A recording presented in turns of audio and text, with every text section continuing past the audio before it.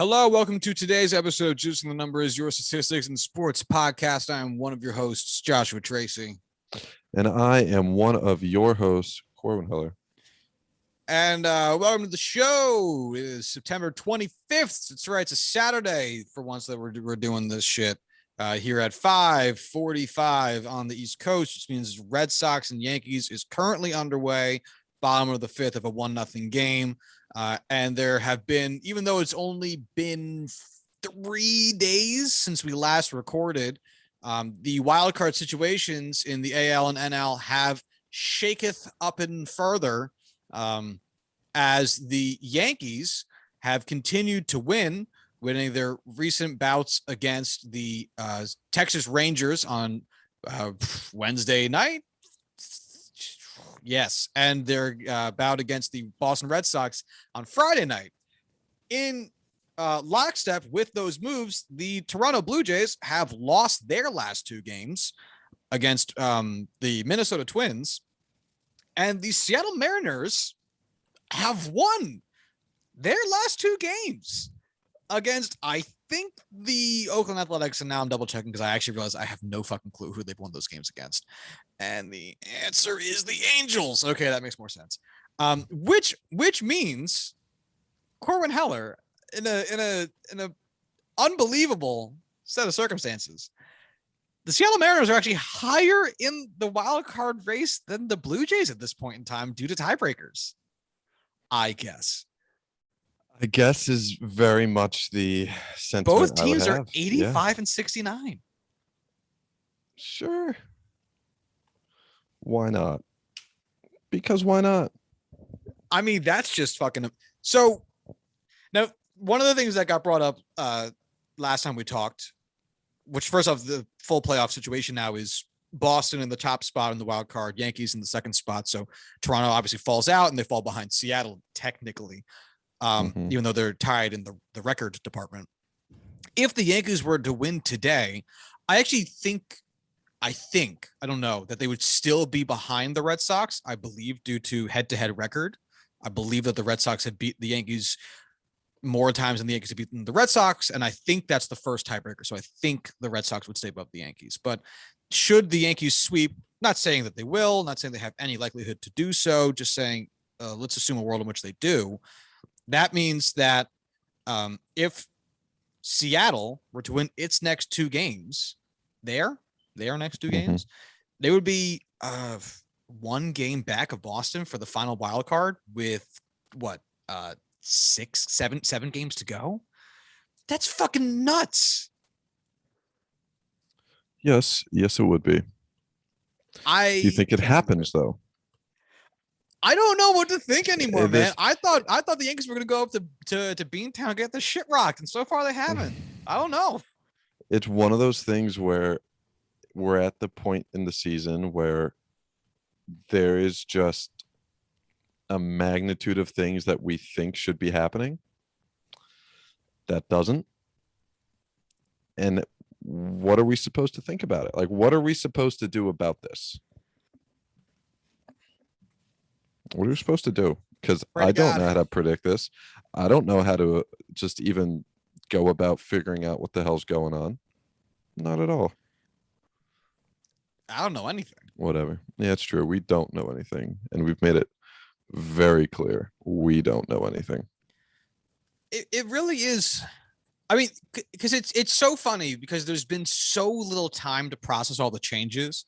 Like, if this situation you just picked up and moved back like 2-3 weeks, where Seattle's playoff chances, as good as they look today, had existed in a time period 2 weeks ago, we would no doubt be inundated in a good way with posts about like what a Seattle Mariners playoff appearance could mean for the next year's team, or what a Mariners playoff berth would roster would look like, wildcard roster would look like all these articles about, the Mariners, because now they're so close to doing it.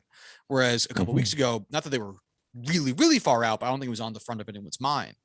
And the fact that so much has happened, that a team that has not made the playoffs in 20 years could be on the cusp of a playoff berth and gotten almost no attention is amazing. Yeah, it is. It's baseball, baby. It's fucking baseball. At its best, this is baseball. That's what makes it so fun. That's what people get so excited about every year. It's because literally anything can happen in baseball. I mean, to the point where you won't even realize it's happening, man. Mm-hmm. Which Man. I guess partially takes us to the National League wildcard situation, as since our last recording, the St. Louis Cardinals still haven't lost a game. They played today and they won today. That is 15 straight. They are now holding the proud owners of an 86-69 record, which puts them 6.5 games back from their division, with I think 7 games to go for them, 8 games to go. So now that you wouldn't think that they could take the division, because they'd have to win out and the Brewers would have to lose out. Like, it'd be two insane things to happen that are just so impossibly unlikely. But at the same time, they're making it way closer than they had any right to make it. Oh, and I hate it. You have no idea how much I hate it. I think I understand. It's Okay. a dark time for us all. Quick question, Corwin. Sure. Do you know when the Cardinals' winning streak started? Is it against the Padres? Hold on. Actually, I don't know that, but I have it in front of me somewhere. No, if you tell me against the Padres, I just am not going to have a good time. It was not against the Padres. Okay, then I'm fine for now. I don't know. Their winning streak started on 9/11. Which is the real national tragedy. That is worse. I'll be honest. It's definitely worse than it, just being a silly, like, oh, it happened against the Padres. What a coincidence, blah, blah, blah. That is genuinely unfortunate. And I'm also laughing very hard because on our movies discussion podcast, Juicing the Big Screen, Corwin and I just talked a little bit about Norm Macdonald. And when I saw 9/11 as the date, I couldn't help but think of Norm Macdonald. And so it's kind of just killing me, like with the tinge of laughter, because it's just, oh my God. If Norm was on this podcast, it would be nonstop 9/11 jokes about the St. Louis Cardinals. So sorry to offend, but oh my God, it's just perfect. Do you think we could get him on? I think, yeah, I'll get the Ouija board. Yeah. So biggest national tragedy of all time. Yeah. So I want to hurt Corwin today. So we're gonna look at some of the statistics from this run. What else is new? That the Cardinals are on, because it's fucking insane. We can also pronounce. It was pretty obvious even 5 days ago that this was likely, but I think we can pronounce it officially that the National League wildcard situation is locked up and over with. The Dodgers are 1 game shy of 100 wins as it stands right now. They're going to get it. And they're going to be the wildcard one. There's no way, mathematically, there's no way anyone else could. Like, the Cardinals are the second place team. They're 13 wins back with only like 8 games to play. Mathematically, there's no way for it to happen. Sure. And the Cardinals have a 5.5 game lead over the Phillies with, again, about 8 to play. Theoretically, could it happen? Sure. Likelihood wise, it's basically non-fucking existent. However, there is another race that is intriguing, and that is for the NL East, which is back in play since in the last 10 games that each team has played, the Braves have gone 5-5 for a total record of 81-72, and the Phillies have gone 8-2 for a record of 80-74, which puts them only 1.5 games back of the division with 8 to play. And that's gotta be fucking horrifying if you're Atlanta. Yes, but at There's the end no of the wild day, card. I don't think I would be too concerned. Why You is know what? that? I can't say that. One, because I just don't have faith in the Phillies. I just don't. But I guess if I was that Atlanta team, there's nothing else to be concerned about. So of course I'm gonna go crazy and hyper, focus on that. So I take it all back. I would be very worried because there's nothing else to worry about. That's all you have. Right. And again, there's no wild card. So you can't even sell yourself the idea of like, all right, well, if we don't win the division, we can at least make the wild card the way that Dodgers fans could have been doing all season. And two of the three teams in the AL East that were vying for a playoff spot can do this season. Mhm. Sorry, three of the four teams. My mistake. Same difference. Basically. Fuck you, Orioles. Now, the games remaining for these teams, the Braves have two more games in San Diego against the Padres today and tomorrow. Oh shit, dog!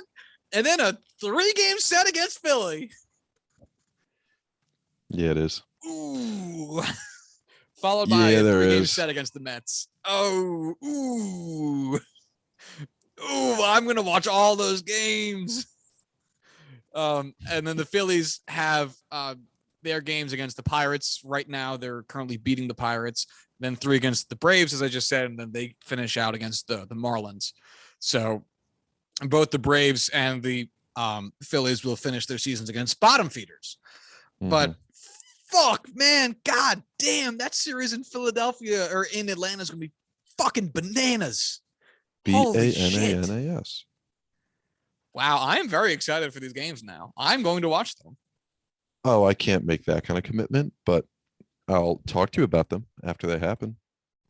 Shit, that is fucking what. So, all right. So I gave you the teams schedules. Braves, 2 games against San Diego, 3 against Philly, 3 against the Mets. The Phillies, 2 games against Pittsburgh, 3 against Atlanta, 3 against Miami. Now, granted, I'm going to give you the one caveat that the Phillies are 1.5 games back. So they have to make up ground in addition to just winning more games. They have to win, they're going to have to win 2 more games than Atlanta, basically. Do you think they can do it? I just don't see it happening. I mean, the Padres at this point are essentially 2 free wins, plus having to take 2 from the Braves. Is it in Philly or it's in Atlanta? That's just not going to happen. It's much harder to win on the road. That's just not going to happen. It would be nice to happen, but I don't think it does. That's going to be a wild Atlanta SunTrust Park. Mm-hmm. I think. Fuck. Yeah, just do not see it happening. I wouldn't bank on it either. It's the making. Obviously, like you had said just moments ago, you're going to be feeling it if you're like a Braves player or a fan, because why wouldn't you? Small mistakes, giant consequences. We know the story. But I would think, especially with that series against Philly, that you probably have the better chance of holding on to it. If I was a gambling man, I would probably bet on the Braves. But also, I'm not a gambling man, so don't take my advice. Agreed. I am a gambling man, but I would still put it on Atlanta. Yeah, it just seems to make more sense. All right, so now let's look at some of these St. Louis stats. Now that I said we would do it and then didn't, and now I want to do it before I forget. So let's look at their batting. So going back to I fucking Norma, I can't see September 11th and not laugh anymore. Especially because I watched all his best clips. That's really tough. I watched like a lot of his best of clips after he died, and like so many of them are some version of I was looking for my brother and the stone and the blood and the rubble and it was in Northern Canada at the time. Just all that shit. And now anyway. That's one of the few things you just, no matter what, cannot joke about. Unless you're Norm. No one will accept it. We all do it. But at the end of the day, it's like, tough. It's tough to do. That's why I love Norm. That All right. is tough. So looking at batting stats since the beginning of the Cardinals' 15-game win streak, their team has put together, and we'll look at a variation or an amalgamation of stats, but we'll start with the one that we always talk about first when we talk about batting stats in terms of splits, and that's WRC Plus. And I don't know if you're ready for this, Corwin, but over the last 2 weeks, the Cardinals have the best WRC Plus by team in baseball. Funny how that might tie together with a 15-game win streak. It is actually close in that time span. The St. Louis Cardinals have a 135 WRC plus. The Giants have a 133 WRC plus, so just 2 points back. And then the Yankees, to round out our top three, have a 132 WRC plus. So the distance between 1 and 3 is only 3 points of WRC plus, but still, they are the best hitting team in that time frame. That's a pretty good thing to be over that time frame. So that's good luck with that, guys. Good luck with that. That's all I can say. Yeah, and it's really come on the back of a lot of actual hitting, because if you look at like walk rate over that time, St. Louis is 26th in baseball in walk rate in that time, 6.4%. That's below Texas, Kansas City, Detroit, Baltimore. Granted, the number one team is the Pittsburgh Pirates. But right after that, you have Milwaukee and San Francisco. And San Francisco has the second best WRC plus in baseball in that time frame, and they have the third best walk rate in that time frame. But that's not where it's been at.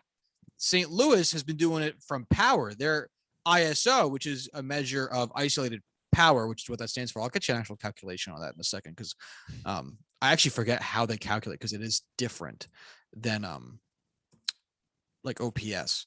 But anyway, their ISO in that same time frame is second best in baseball, just behind the Yankees, just barely. The Yankees with a 245 ISO to the St. Louis Cardinals 242. And on top of that, they have been getting insanely lucky with BABIP, which, for anyone who is unaware, that is batting average on balls in play. So that's BABIP. That's what the abbreviation is. And they had the second best BABIP over that span as well, just behind the Cubs of all fucking teams with a 353 BABIP. The St. Louis Cardinals rocking with the 345. So basically what that boils down to from just this handful of stats is they're not walking a bunch, which, okay, whatever. But in that stead, the balls that they put into play are becoming hits at a 345 clip, and they're smoking them for extra bases. And I mean, you put those two things together, you're going to have a lot of fucking success. That's just not the. Yeah. I don't really have anything to add. You kind of just hit the nail on the head there. So what are you going to do? What are you going to do? So the formula for ISO is 1 times doubles plus 2 times triples plus 3 times home runs divided by at bats, or apparently you can use slugging percent, which I think is interesting. I don't know why. I'm not going to look into it. Then you take that number and subtract a player's batting average from it. So, it's just the. So I think an easier way to think about it is you took the idea of getting a base hit away, and that's why each base is worth 1 less than the base. A double is 1, a triple was 2, a home run was 3. So you take away the base hit part, and then you make sure you really take it away by taking out the batting average part, and whatever's left over is your power. So basically, if you hit nothing but singles, right, you go up and you go 10 for 30 to keep the numbers easy for singles. Well, that first part of the equation basically doesn't even register. Actually, it'd be 0 over 30, which would automatically be 0. Your ISO would be negative, because then you have to subtract the batting average. It'd be like a negative 333 or whatever. So it'd be horrible. So what's Ichiro's? Ooh. I don't know. We're gonna find out. But that's a phenomenal question. All right, hold on. digging up the bones of Ichiro Suzuki, RIP, to find out. Tough. That's Yeah. tough luck. Tough. It's a luck. real shame how he went out. All right. Ichiro's ISO is, do you want his career? Yeah. 091. With like a comp of some kind? Yeah. Who would you like as your comp? Wait, what? Oh, Let's go with Derek Jeter. Someone totally Sure. it's not going to be Barry Bonds wild. You know what I mean? Like Derek Jeter feels like he's a good hitter. Yeah. Good historical hitter of, fame and recognition. 130 is his ISO. 0.130. Yes, 0.130. All right. Now, let's do Barry Bonds. So we got slap hit and Ichiro at 091. Still mostly a singles hitter, but a little more power with Derek Jeter at 130. Barry Bonds sliding in here at 309. That's a lot of power. So Ichiro's best season by ISO. Let me sort by that real quick. Oh, I can't. That's cool. Thanks. Fuck you, Fangraphs. Why can't I do that? It looks like it's 133. Yeah. So his best season was a 133 season in 2005. Jeter's, which I don't think Barry Bonds even has a season that low. Let me just see anything in the one. Yeah, no. So Ichiro's best season wouldn't even be below Barry Bonds' worst season. Derek Jeter's best season, I don't see it, would be 203 in 1999, which would only beat out Bonds' 1986 season, which was his first year in the bigs, and his 1989 season. That's it. Fuck, Barry Bonds really is very, very good. Yeah, it's really tough. Anyway. Anywho. So the St. Louis Cardinals committing Yes. murder with the baseball. They've been worth Murder, 4.9 WAR, which is also the most in the league in that point in time. I don't know. Is there anything else you'd like to hear from about what's made the Cardinals offense this special? I know I've seen the splits for our bad boy first baseman Paul Goldschmidt, which he basically went from a below average hitter in any category to, 1 dot OPS hitter. But has there been any other major turnarounds that you could point out? Like, I know their main guys have been Goldschmidt, Arenado, O'Neill. But who's someone that we could point out as being hey, nobody's really talking about this guy, but these are really good numbers. So I don't often use Fangraphs splits function. I'm not sure. Can I do a split across the team? I'm not sure I can. I don't know how it works, so I can't really help you. I'm always one to help, kind of. Yeah. But I'm going to say I could probably figure out something that would be just as good as that, but it would take me more minutes than I feel like putting in at this exact moment. touche. That's where we're going to land on that.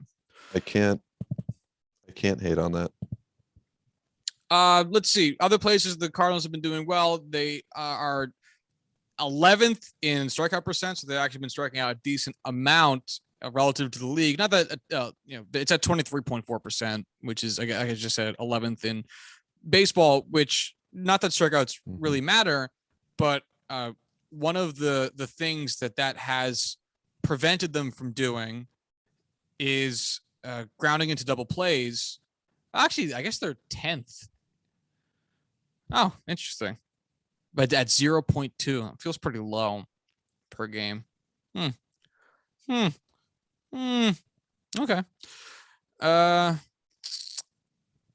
Yeah, I mean, obviously this is Fangraphs. There's a bunch of stats. So we'll move on to the pitching side. They're doing very well. So let's look at their pitching in that time frame. Now, the St. Louis Cardinals, like we just said, batting off the charts. Best WRC Plus in baseball in the past 2 weeks from the start of their win streak. How do you think they've been faring with the ERA side of things, my friend? I have to imagine Waino's kind of keeping them afloat, but I don't want to go out and say that they've been doing well. I'll say 105. Well, Waino gave up a first inning grand slam the other day. So maybe not ideal, but still, I don't know who else would be keeping them afloat. Well, apparently the entire fucking team, because they're the best team in ERA in baseball in that span with a 2.98 team ERA, which honestly feels a little surprising since I feel like I've seen them win several games like 7-6 or like 8-5. And obviously they've been very dominant, and that's led to some been on the back of some really solid pitching performances. And I think they won like 7-0 against the Cubs the other day or something like that. But like, I could have sworn I've seen some like wild come from behind victories where they won like 7-6 or something like that. And obviously you give up 6 runs in one game over the course of a season. That's not very much. We're talking the course of 2 weeks. You figure that would affect something, but I guess it really hasn't. Because they have had the best ERA in baseball over that time frame. Now, interestingly enough, it seems as though a lot of that might be luck. Looking at some of the other stats here in this category. So let's look at strikeouts, which is not the end all be all of pitching either, but it is relatively informative. The St. Louis Cardinals pitching staff is 28th in strikeouts per 9 over this stretch, 7.04 strikeouts per 9. Now that's part by roster and part by design, right? Because if we think about the St. Louis Cardinals pitching staff, it includes guys like Waino and John Lester and Jay Happ, who are going to let up a lot of contact. But that's part by design because the Cardinals have an amazing defense. And so they've been leaning on the back of that. So the fact that they're not necessarily racking up strikeouts might not be a surprise because if anything, they've almost been forgoing the strikeouts to try to, it's a very, feels like very 1970s pitch to contact kind of mentality, you know? Right. Because another measure of control, they're 23rd in walks per 9, which is phenomenal. If we look at the most walks being given up at the top. So if we look at it in terms of who's doing the best with not allowing walks, which might make this a little bit more conversational, they're 8th best in not allowing walks, 2.83 walks per 9. So clearly their pitchers are showing good control. They're just not striking anybody out because instead they are, and they're not striking anybody out. They're not really walking anybody. They're just putting balls in play, man. Which sucks because I hate that is how they're doing it because I want that to be the Padres so bad. And it's not. It's a team that I very much dislike. And they're just playing solid classic baseball and succeeding the shit out of it. And the Padres are tanking. All of this is going to come back to how much just the Padres are killing me mentally. But at the end of the day, it's good on the Cardinals. I guess I feel like this is what the Cardinals are doing. I think is what Manfred thinks would happen if he just banned the shift. You know what I mean? Like given that there's a whole litany of reasons and I don't know what's the word I'm looking for, like direction, roster set up to form this team around a specific idea that went into it. Like it's, and the shift being a big part of it, but like this type of we're gonna just let him touch the ball up a little bit and let the other 7 guys back there do the rest. I think is what Manfred thinks would happen if the shift was banned instead of people just hitting a bunch of really shitty singles. You know what I mean? Right. Like the Cardinals are doing this because they're phenomenal at defense, and that's about it. They're very fucking good at defense. They're so good at tactically winning them games. It's wild. And we all love it, right? Sure. They are the 24th best team at hitting home runs over the stretch. So that's not great. They're hitting 0.94 home runs per game, which is also feels like less than you would expect, again, for a team on a 15-game win streak. Over this point in time. Oh, sorry. Oh, God. I that's my bad. I was thinking batting stats. My mistake. Allow me to recalibrate my thoughts. They're 7th best in not allowing home runs. Ooh, boy. Sure, yeah. I think that's the podcasting equivalent of a balk. Oh, shit. Did you balk? Do we have to let in a run? We definitely got to move a guy over to second. Yeah. Maybe I'll just like switch the boxes that we're on in Zoom. Can we discuss our pre and post afternoon whip? Never mind. We're moving on. We're gonna give up on me real bad. Yeah, sorry, buddy. That's just the way it is. The St. Louis Cardinals, while they have been blessed by the BABIP gods in their batting, they have also been blessed by the BABIP gods in their pitching. Their BABIP against is the 2nd best in baseball at 234. Their BABIP on offense was 345. This is fucking nuts. So basically, if you as a St. Louis Cardinal put a ball into play, your batting average is 345, which is fucking stupid. You'd win the batting title. If you are playing against the Cardinals, you are wearing a non-Cardinal jersey, your batting average is 234, which batting average doesn't really matter that much, but that's still kind of low. Batting average doesn't matter. It's not something we care about, but something we can point out that other people will care about. Right. It's the basic idea of hits ain't happening here, folks. That's really the idea. Now the extra bases doesn't matter. Hits ain't happening fucking here. And then, all right, let's assume you get on base. You did it. You got a walk against a pitching staff that is not fucking allowing walks. You get a hit against a defense that ain't fucking allowing hits. What's the percentage of time men get left on base by the St. Louis Cardinals pitching staff, you might ask? 77% of the time, second highest in baseball, basically 77.7, which means if you get on base, there is a damn near 80% chance you're just fucking jogging back to the bench like a bitch. It's astonishing how it's a hell of a way to put it. Scores. Yeah. Oh, what can I say? I'm feeling punchy today. I mean, it's just recording in fucking person. nuts. Pop, pop. Pop, pop. Open up the door. It's real. Hot hitting pop, pop, a stainless steel. Anyway, R.I.P. Mr. DMX. Have you barking for no reason? Oh. First we got it rock, then we got it roll. Then we let it pop. Don't let it go. X gonna give it to you. God. He gonna give it to you. X gonna deliver it to you. You gonna give the it to you. lyrics of that song absolutely do not matter because it is fucking perfect. Anyway, you are about as correct as you've ever been on this podcast. I'm batting 1,000 here today. Naturally.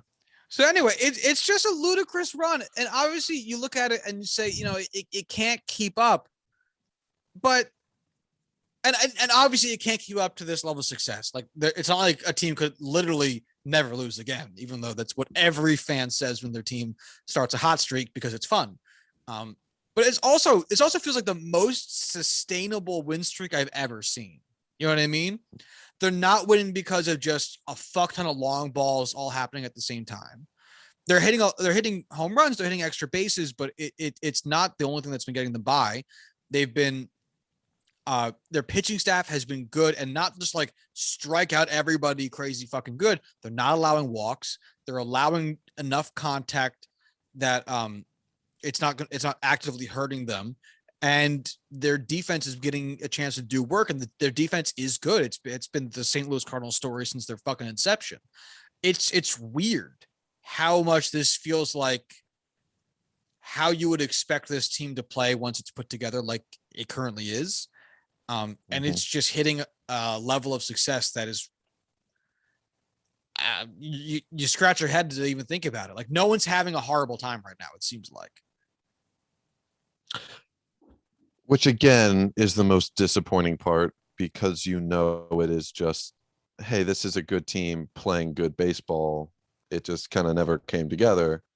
Or they're all just hitting their stride at once. Either way, this is a team that's going to continue being successful, and it's not just something we could point at and be like, hey, remember when they went on this streak and it didn't lead to anything because they actually sucked and just got super lucky? It's like, no, this is a team that's definitely going to make the playoffs. This is a team that's probably going to do well in the playoffs, and we just kind of have to accept that. I can't believe it's the successful in the playoffs part that feels so outrageous to me. Like, the fact someone had to make it, you know what I mean? Someone had to fill the second National League wildcard spot. So the fact that the Cardinals are getting it, remove this wild stretch from your mind. Just, if I told you, 3 weeks ago the Cardinals made it, you might be confused, but I guess you go like, well, National League sucks, so okay, whatever. But you wouldn't expect them to be successful. You go like, well, literally someone has to be in that spot, and they'd have to play the Dodgers, and that probably really, really wouldn't go well. And instead, it's like, actually, they're doing fucking great. Like, the fact that Cards Dodgers might be one of the biggest games of the entire postseason is a little bit ridiculous, because it shouldn't be, and yet it might be. It definitely, emphasis please on it shouldn't be, but it is.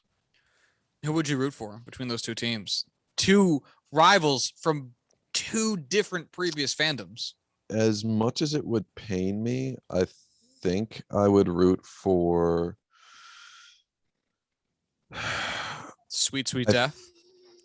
Well, besides that, I think I would root for the Dodgers, just because them doing well really only proves that, like, hey, Padres were in a horrible division, there's nothing to argue against there. Like, oh, they were just really great and they did what they needed to do. If the Cardinals go out and just are unstoppable and beat the Dodgers, it just makes the Padres look that much worse. So as much as it hurts more to have to root for the Dodgers, it makes the Padres look better, so I'm going to root for them. I would also say, because I think I would also pick the Dodgers, unfortunately. Right. Very, very unfortunately. Right. Because Max Greenfield made this comment a few months, last time he was on the pod, I think.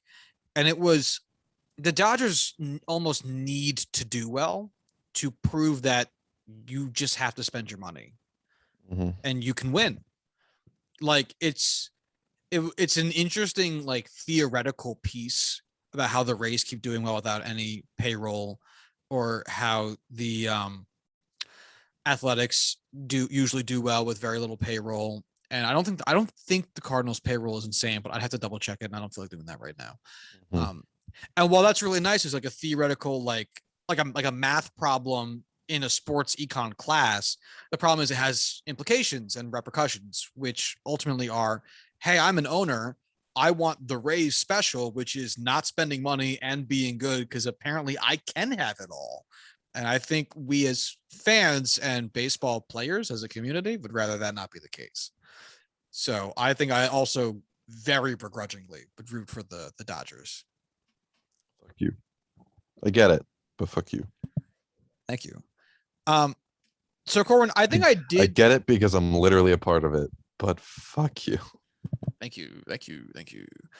I think I did find a way to get you what you wanted here, in terms of the who contributed the most during this run relative to regular season performance thus far. Okay. So would you like to start with pitching or batting here for these Cardinals? Batting. All right. So the best batsman, which is the best word to use if you're talking about batters, I refuse to hear otherwise. They should be batsmen's. Batsmen. They should have caves. The batsman cave. I just don't care enough to be a part of this argument, so I'll let you do your thing. Batsman. Anyway. Cool. Cool. Has been Jose Rondon, which is a little bit tough because he has 7 games with 7 plate appearances, which is it's just not a lot. So we'll skip over him. So the real best performer over this point in time with 63 plate appearances, and I'm not going to set a minimum. Where's the fun in that? Has been Paul Goldschmidt with his 248 WRC plus. During the regular season, Paul Goldschmidt, if we were to set a plate appearance limit at, let's say, 500, Paul Goldschmidt would be second best on the team in WRC plus with 138. So he has been one of the best hitters on the Cardinals all season, but he's outperforming his own WRC plus, even not removing this stretch from it, like leaving in this ridiculous stretch. He is still outperforming his regular season total WRC plus by a fucking 100. That is disgusting. It's absolutely fucking disgusting. And if we look at the top 5, 2 of the guys in the top 5, Jose Rondon and Dakota Hudson, each have. Dakota Hudson's a name I've not heard in a long time. Yeah, because Dakota Hudson has 1 game with 3 plate appearances, which is hilarious. And he has a 500 batting average and a 500 slugging, which means he showed up, hit a single, and is golden. That's all you need. I guess he hit a single, and there must be a walk in there somewhere. Yeah, there's a walk in there too. And that's amazing because I bet if we looked up that single, which we are not going to do, it won them a fucking game. Like I'm willing to, because that's where the Cardinals are at. The fact that they have 2 guys with stupid high WRC pluses up here, I'm willing to bet that those were timely, which is just you can't put down a stat sheet, and it's stupid. Oh, here's a fun one for you for overperformer. Harrison Bader. What do you think his regular season WRC plus has been thus far? Regular season WRC plus. I will say it has not been bad. I don't want you thinking it's like crazy bad. It's not very bad. 103.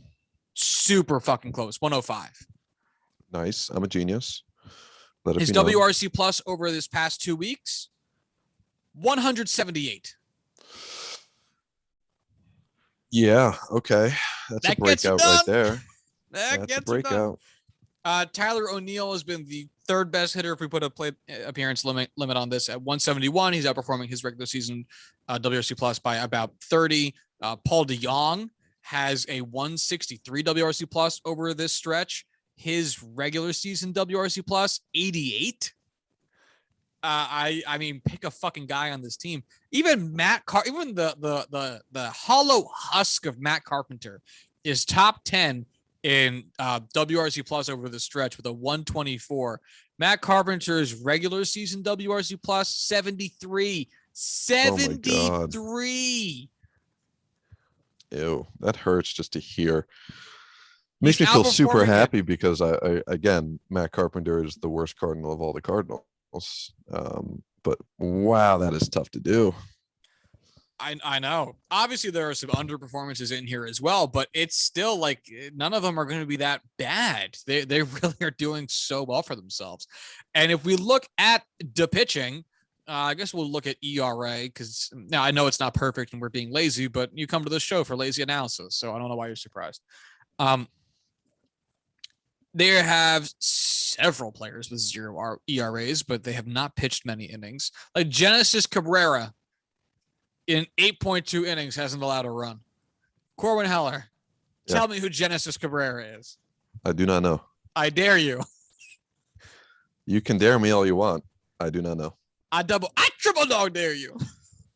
I triple dog dare you. So Genesis Cabrera has a 3.59 ERA for the season in 67 innings and has a 0 ERA over the course of this span, which is the most innings pitched in that. Giovanni Gallegos, who is their regular setup man closer, he has 7 saves in 8 innings pitched over this run, and a 14.63 strikeouts per 9 to an ERA of 1.13. J-Hap and John Lester, without setting the innings pitched limit, have the 7th and 8th best ERA on the team over this span. J-Hap's ERA is 2.03 and John Lester's is 3 even. Fuck you. Fuck yourself in the fucking face. J-Hap's regular season ERA. J-Hap's regular season ERA is 3.97 and Lester's is J-Hap's regular season ERA, 3.97. Lester's is 4.02. Go fuck yourself. Honestly, both of those are better than I expected them to be. I'm actually going to go double check to make sure those aren't their ERAs just with the Cardinals because Baseball Reference does that because I do not believe their ERAs are that good. I can't because that seems like too much. Are J-Hap and John Lester secretly good again? No. Corwin, is it 2009? No. Wait. No.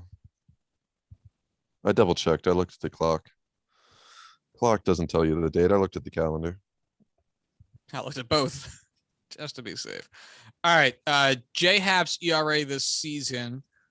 Oh, okay. Yeah. So that 3.97 is just with the Cardinals. It's 5.86. There it is. No, that's what I expected. Yep. 5.86 is below 3 in this run. It's below 4 with them overall. John Lester's this season is 4.59. He has a 3 ERA with them over this run. Fuck yourself in the fucking face. I'd like to clarify when I said earlier that this is sustainable. The hitting is sustainable. The pitching, my God, is not.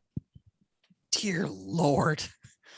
Oh my God. I am disgusted by these numbers. This is an affront to my lifestyle.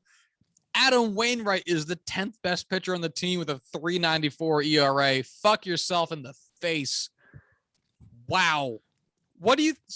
Dude, oh my God. John Lester is BABIP against. Would you like to hazard a guess? BABIP against. No. 152. Oh no. Is it really? If you put the ball in play against John Lester, you are a 152 batter. You know what John Lester's left on base number is? His percent of batters left on base? It's 100. It is 100%. I don't understand. I don't like it. Oh my God, it's fucking nuts, man. And he's done all this. Not my kind of guy to begin with, but especially with this. He's done all this on a 25% ground ball percent. That's actually wild. Like J-Hap's at a 42.9 ground ball percent. So his success makes a lot more sense. John Lester's is now just fucking confusing. All right. I don't like this team. This team makes my eyes hurt and my brain hurt. And my heart hurt, most of all. You know what thought I just had that I absolutely hate myself for? No. How would you feel if the St. Louis Cardinals start a playoff game against LA Dodgers, and they start J-Hap, and he wins. J-Hap against Walker Buehler, and J-Hap wins. How would you feel? Fuck you. Honestly, I think I'd be cheering for it. Like if the mighty I know I literally just said I'd have to root for the Dodgers, but at the same time, seeing the mighty fall, oh man, it would be hard. Like in the moment, it would be really hard not to be like, J-Hap, fucking do it. Like just get it done. Kill him. Just like make him hurt. Because that's something that's gonna seriously leave some scars on some kids and some adults. People of all ages. Yeah. You know what I just realized? What? In the off season of this baseball season, we had a help Corwin find a new baseball team episode. And I picked for you the St. Louis Cardinals. And you were like, nah, fuck that shit, going to Padres. And if you had, this would be an amazing season for you. Like looking back on it. Yeah. Spot on. Gotta say. Spot on. Fuck you times 2. Because, I mean, look at your Padres. And look at these Cardinals. Yeah. We're talking about the Cardinals taking down the Dodgers only semi-jokingly in the playoffs, where your Padres won't even be. But I won't hate myself falling asleep at night knowing I'm a Cardinals fan, knowing I'm a Padres fan versus being a Cardinals fan. I really don't like the Cardinals. I never could have done it. I know. Yeah. I just realized that. It's very funny, the trajectory of these two teams, and I just now realized that we had that episode where these two teams were the focal point. I recall, but it would never have changed it. I know. All right, so that's been the Cardinals run, which is just fucking stupid. Actually, real quick, I'm just gonna look up the Cardinals rest of season schedule because I want to know I want to know. Can you show me how many more wins the Cardinals will get? For some reason, I'm in the Spanish version of MLB.com. I don't understand how that happened. All right, so they have another game against the Cubs tomorrow, so I think we can lock that in as a win. And then 3 games against the Brewers in Milwaukee. Sorry, in St. Louis. Oh, they close out in St. Louis. So 3 games against the Brewers in St. Louis, and then 3 games against the Cubs again in St. Louis. All right, I can't say that they can sweep the Brewers again, even though they just did in a 4-game set, because that's just too ridiculous, and the Brewers are too good. I can't confidently say it. In St. Louis. But honestly, the Brewers have the best road to home winning split in MLB baseball this season, where they are significantly better on the road than at home. Oh, that's interesting. I didn't know that. Okay. Which is funny you say that, because the series, the 4-game set that the Brewers just lost every game to the Cardinals was at home. That'd actually be pretty funny. But in a world in which the Cardinals get past the Brewers by sweeping them, they could very reasonably win out the season, because sweeping the Cubs in the final 3 probably wouldn't be a problem. Could you imagine? I wouldn't say it's going to be a problem, but I wouldn't say it's like it's definitely possible. Yeah. Sweeping is never easy. To totally understand. But could you imagine if the Cardinals went on a 22-game win streak to tie the Cleveland Indians for the most in baseball history to cap off the season? That would be such a big because those things always happen in the middle of the year. You know what I mean? Mm-hmm. Where it's like there can be a finite conclusion where you can be like, all right, the Oakland A's won 21 games from here to here, or 20 games, I should say. And this was the last game they lost, and this was the game that they lost after the series, after all the wins, and here they were. And then they did this the rest of the season, and then this was their playoffs. If the Cardinals were to win the remaining 7 games and hit a 22-game win streak, that has to be one of the biggest team what ifs of recent baseball history, because there were no more regular season games for them to play for that win streak to continue or to die. You know what I mean? Mm-hmm. How long could it have gone for against a shitty NL Central?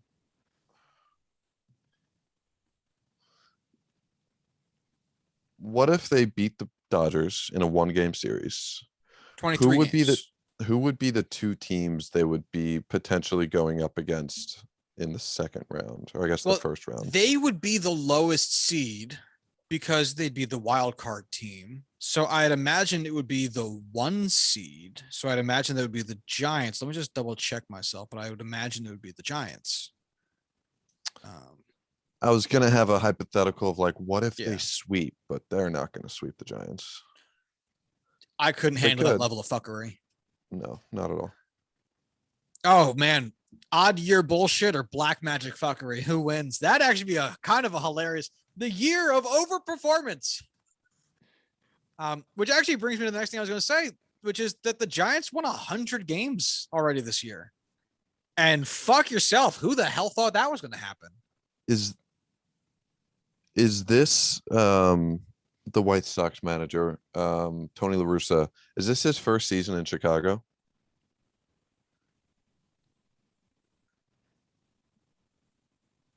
Oh, I don't know if he was there for the shortened year last year. I'm going to say it is. I'm going to say it's his first year. If he comes back into the MLB and just the Cardinals have a miracle year and win the World Series, just win the whole thing and just absolutely embarrass the White Sox in the World Series. Yeah. That would make it okay. I don't like the Cardinals, but that would make a World Series win by them okay, as if Tony La Russa just gets embarrassed because of them. I would like, if there's any reporters for The Athletic here listening, which we know you are, yeah. I would like if at the conclusion of the season there could be a deep dive into the White Sox underperformance, because this is very off topic, but I can't help but look at that White Sox record, which is exactly the same as the Yankees record at 87-67, and not help but think that should have been such a better record, given the division that they're in and the talent on that team. And you can't help but wonder, and I don't know, because and that's why I'm saying I would love like an Athletic writer to get into it, how much of that maybe we could chalk up to managerial decisions or players stepping back from some level of fallback from La Russa, or him not putting his, like I watched the White Sox game the other day. This is one game, and this is a very like shock jock radio thing of me to do, which is extrapolate one game out for a whole season. But hey, but we all do it. And it was granted, this was a game against the Cleveland Indians in which they were going for, if they won, they would clinch the division, which they were obviously going to do anyway. And there was a doubleheader against Cleveland that day. So it was a seven inning game. But what they did was they pitched Ronaldo Lopez for like 3 innings and then went to, I think Garrett Crotchet for 2, or maybe Aaron Bummer for 1 as well, something like that. And then Liam Hendricks came out, and you go, oh, that's fucking weird. It's like a 7-0 game, right? Mm-hmm. It's not even fucking close. And they brought out Liam Hendricks. And you go, all right, that's fucking weird. But I guess you got Craig Kimbrell for the second game if things get hairy. And then for the bottom of the 7th, they bring out Craig Kimbrell. And I'm like, you are playing another game in 2 hours. You have now just used both of your closers and 2 of your best relievers in Crotchet and Bummer. So, like, what the fuck are we doing here? And granted, I believe they did end up winning the second game anyway, because the Cleveland baseball team is bad. I don't have to tell you guys that. But it's still jarring to... Oh, no, my friend, I'm sorry. They lost that game. They lost 5-3. The first game? The second game. After they used all those fucking relievers. again, and they lost it in the late innings. They gave up 4 runs in the 6th and the 7th combined. You think it's one of those instances where he forgot? I don't think so. Tony La Russa is old and has dementia, and he just forgot that they had a follow-up game. I think it's more like letting sentimentality make a decision for you. Look, if you're good, you're going to hit. Because, again, that first game was to clinch the AL Central. So it had some level of, obviously, playoff implication importance, but also emotional importance. I understand that. At the same time, if you're a good team, which the White Sox are/should be, you're going to get the win eventually. Don't worry about it so much. You have no one chasing you at all. And you burned your best relievers all in the same 7-inning game for absolutely no. And the second game was a bullpen game where Michael Kopech made the start and only pitched 2 innings. None of it made any sense. So the fact that the White Sox are 87 and 67, I think deserves something of a deep dive later on. And I'm not sure if I'm equipped to do it. Maybe I'll give it a shot. Who knows? We'll find out. But it is wild. Just considering how fucking awful that entire division is. But regardless, shout outs to the Giants for their 100 wins. I can't believe they have it, but fucking good for them, I guess.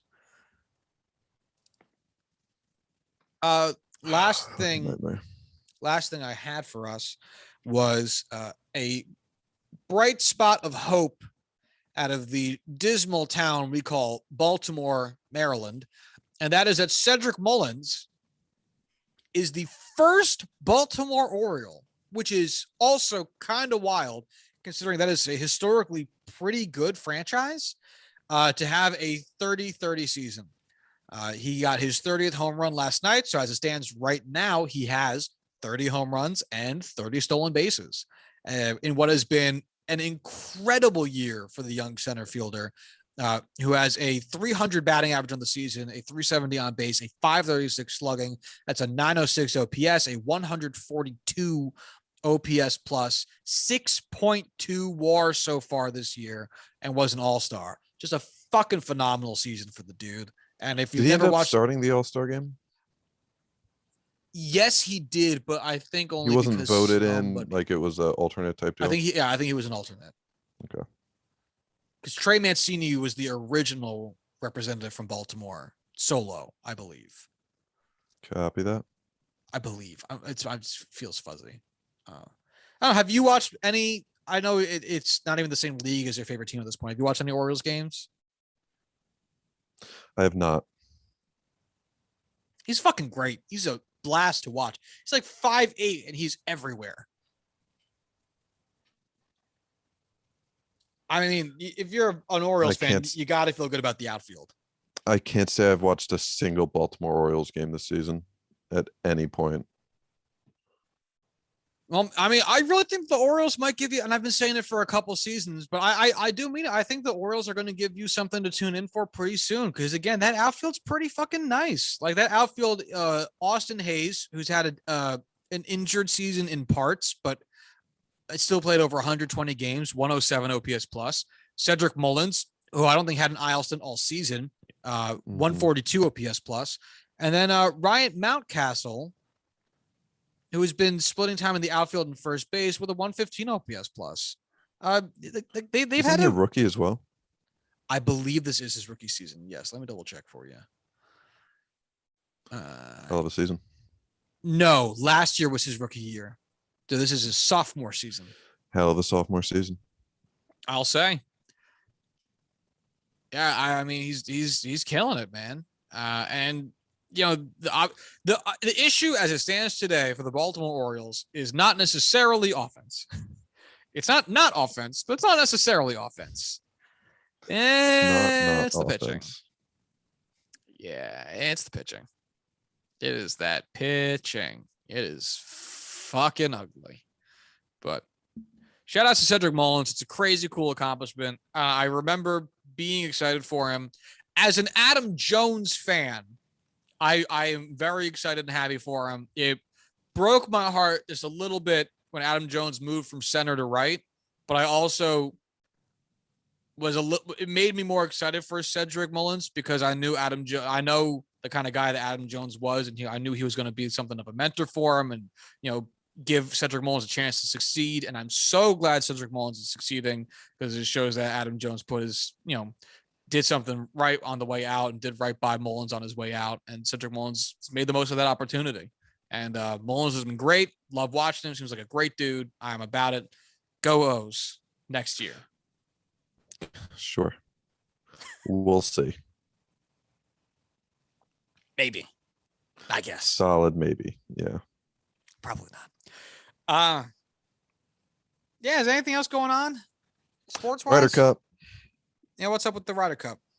US is up 9-3 with the afternoon matches going on right now, split between the US and Europe 2-2.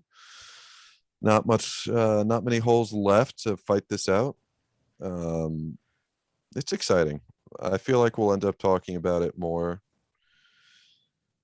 later on when we can actually talk about results and things like that. But Ryder Cup, if you're not watching it, Sunday singles, 12 matchups. It's going to be exciting. Always is. There you go. I wouldn't know.